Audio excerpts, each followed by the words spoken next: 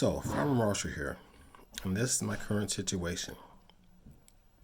Been having some electrical issues in the house. Probably about a third, maybe half of the power is out.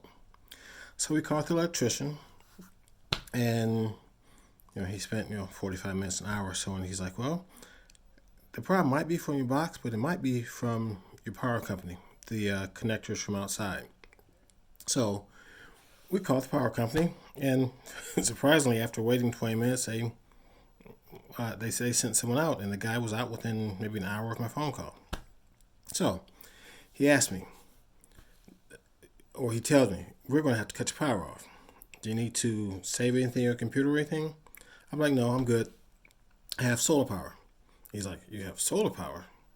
And I know what he's thinking. He's thinking that my house is wired with solar power, which would have meant that even though I had solar power, it would have been useless. Because people that have whole house systems, their power goes to the power company first, and then the power company sends power back to them. But since my power is being cut off, I can't receive any power coming back to me from the power company or from my solar panels. It just doesn't work that way. So if thinking about a whole house system, that's something to think about, because when you have electrical issues, if it goes out, it goes out. It's pretty much useless. But fortunately, I do have, let's see if I can get this. I guess it won't swing around by itself. But fortunately, I do have